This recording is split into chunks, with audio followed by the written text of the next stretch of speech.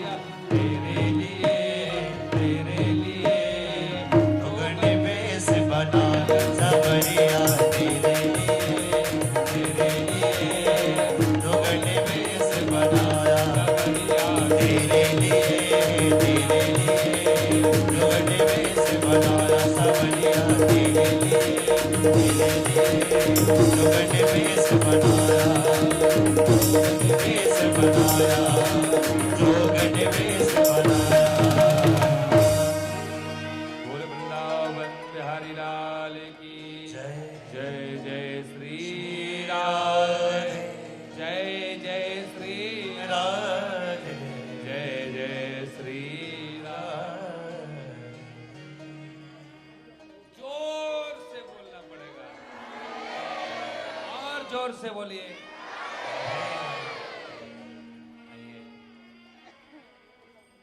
आज यहाँ पर बलि ने भी जोगन का भेष बनाया है और जब ऐसा भेष बनाते हैं तो कहते हैं भगवान भी तुरंत दर्शन देने के लिए आ जाते हैं। और आज यहाँ पर बामन के दरबार पर भगवान आए हैं और संकल्प का कहा।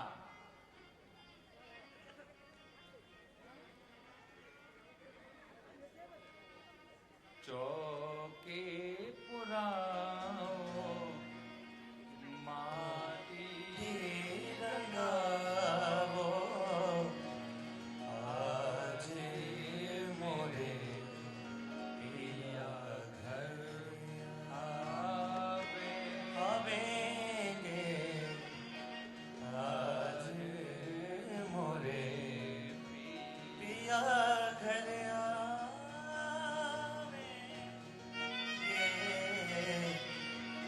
खबरें सुना जो आज खुशी रे मनाओ जो आज मोरे पिया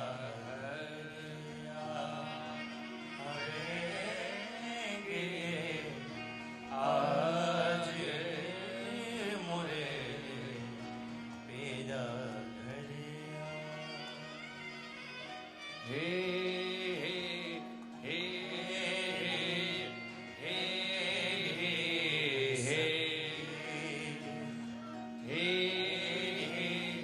हे हे सखी। जब कोई हमारे दरबार पर आ जाए, नगर में आ जाए, तो हमारे लिए सुंदर चौक पुराना चाहिए।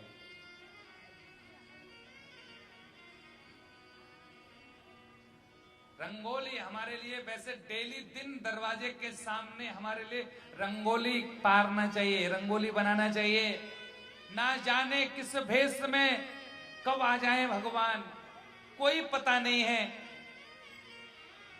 एक बार की बात है, एक सेठ जी के यहां पर एक भिखारी आया। तो सेठ जी तो घर पर थे नहीं, सेठानी जी घर पर थी। और उस भिखारी ने यह कहा कि माताजी मेरे पास में कपड़े नहीं है, मुझे कपड़े दान दे दो। अंदर से वह सेठानी जी गई, कपड़ों को तो लाई हैं, पैंट और शर्ट लाई हैं। शर्ट में से सारे बटन निकाल लिए और पैंट में जो हुक था वो निकाल लिया और दान दे दिए। हाँ, माताएं ऐसा ही दान करती हैं, बटनों को निकाल लेंगी, हुक को निकाल लेंगी। और क्या कहती हैं, ए मेरे सेठ जी का बहुत खास सूट था इसलिए, लेकिन तुमको दे रहे हैं, पहन लेना। बटन है नहीं, हुक है नहीं, और दान कर रही हैं।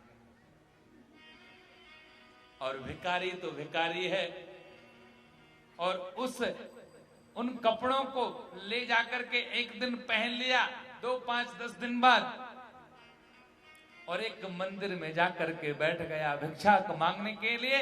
और एक दिन की बात है कि वही सेठ जी अपने रिश्तेदारों के साथ में मंदिर गए, दर्शन किया, वापस में आए तो उन भिखारियों को दान कर रहे थे और सेठ जी की नजर उसी भिखारी पर पड़ जाती है जिस भिखारी को सेठानी जी ने कपड़े दिए थे।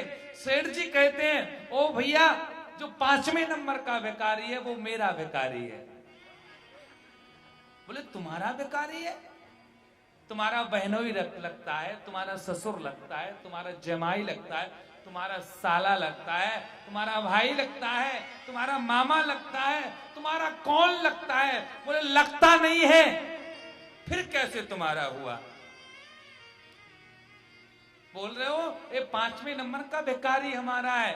बोले हाँ मेरा है। बोले कैसे है? बोले उसने जो कपड़े पहन रखे हैं वो मेरे हैं, इसलिए वो भिखारी मेरा है। एक भक्त कहता है, अरे मूर्ख, जो तू कपड़ों को देख करके भिखारी को अपना बना सकता है तो कुछ भगवान को दे दे और भगवान को भी अपना बना ले, कि जिसको कुछ दे करके मेरे ठाकुर की याद आ जाए, मेरे गोविंद की याद आ जाए। ऐसी कोई वस्तु कभी भगवान को समर्पित की है? ऐसी भी वस्तु हमारे पास में होनी चाहिए जो हम ठाकुर को दें। ठाकुर के पास में हमारा कुछ ना कुछ जरूर होना चाहिए। हमारे पास में तो बहुत है ठाकुर का दिया हुआ। मुझे तुमने दाता बहुत कुछ दिया है, तेरा शुक्रिया है, तेरा शुक्रिया है। ना मिलती दी हुई दात तेरी, ना मिलती ना मिलती दी हुई दात तेरी, तो क्या थी जमाने में औकात मेरी, तो क्या थी जमाने में औकात मेरी। हमें भगवान का शुक्रिया अदा भी करना चाहिए। कहे ठाकुर तुमने अच्छे परिवार में मुझे जन्म दिया, सब कुछ अच्छा दिया है, शरीर अच्छा दिया है, बच्चे अच्छे दिए हैं। अरे किसी को पत्नी अगर अच्छी मिल जाए तो समझ जाना सबसे बड़ी कृपा भगवान की यहीं पर है, क्योंकि स्त्री स्वर्ग बनाती है, स्त्री नरक बना देती है। अगर घर की स्त्री, घर की बहू, घर की बेटी ठीक है तो कहते हैं नरक को भी स्वर्ग बना देगी। अगर खराब है तो चाहे जितना कमा लेना, घर में कभी बरकत नहीं हो सकती है, क्योंकि आपकी स्त्री, आपकी घर की स्त्री ठीक नहीं है।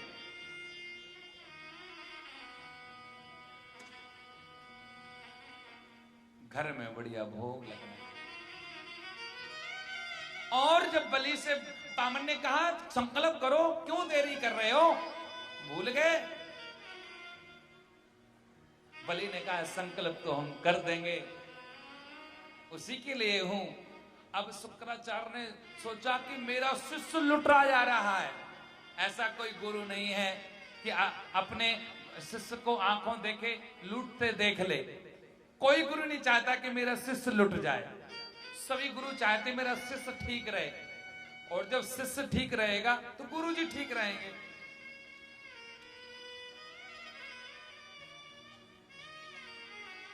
और संकल्प करने के लिए कहते हैं जो कमंडल होता है, और जो जैसे गंगा सागर रहता है, गंगा सागर से जल को लेने के लिए तैयार हुए बलि। तो शुक्राचार्य ने क्या किया, छोटा सा रूप बनाया और गंगा सागर के कमंडल के उस छिद्र में बैठ गए। जल नहीं आ रहा था। बलि ने बहुत किया, पूरा ऊपर से टेढ़ा कर दिया, जल नहीं आया। क्योंकि अक्षत पुष्पाणि गृहीत्वा, जब तक अक्षत पुष्प नहीं होंगे जल नहीं होगा। द्रव्यम च जलमादायः संकल्पम कुर्यादः, जब तक द्रव्य दक्षिणा और जल नहीं होगा तो संकल्प कैसे होगा। बलि भी सोच रहे हैं जल नहीं आ रहा है। बामन ने कहा चिंता मत करो बलि, संकल्प हो जाएगा, मेरे पास में उपाय है। कुश की आसन थी, उसमें से एक शीख निकाली और उस छिद्र में गंगा सागर के डाल दी। तो कहते हैं यहाँ शुक्राचार्य की एक आंख फूट गई। शुक्राचार्य बाहर आए निकल करके, और आंख फूट गई। कहते हैं शुक्राचार्य की दोनों आंख क्यों नहीं फूटी, एक क्यों फूट गई?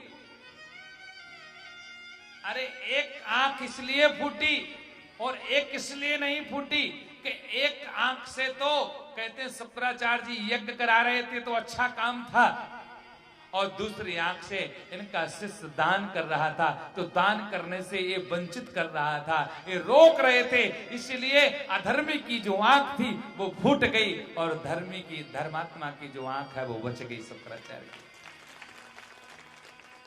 और जब कोई दान करे तो रोकना नहीं चाहिए, 50 का क्यों दे रहे हो, 10 का दे दो। कई लोगों को मैंने देखा है, माताएं तो इतनी होशियार होती है, अगर किसी के पति 1000 रुपए निकाल रहे हो, अरे रहने दो रहने दो, मंदिर में तो आए, 10 से कम चल जाएगा। लेकिन कई माताएं अपना दिल खोल देती हैं भगवान के प्रति। सब एक से हैं, सब लोग भगवान के प्रति अपना अपना दिल खोलते हैं।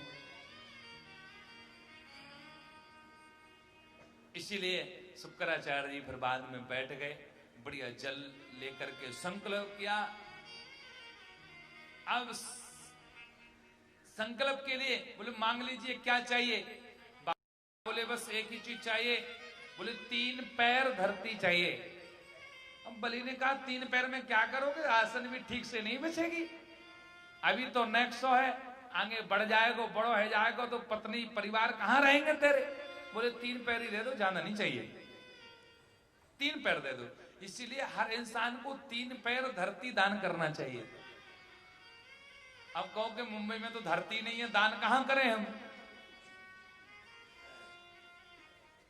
तो कोई धाम में अगर मंदिर बन रहा हो, गौशाला का निर्माण हो रहा हो, तो 3 पैर जितनी धरती होती है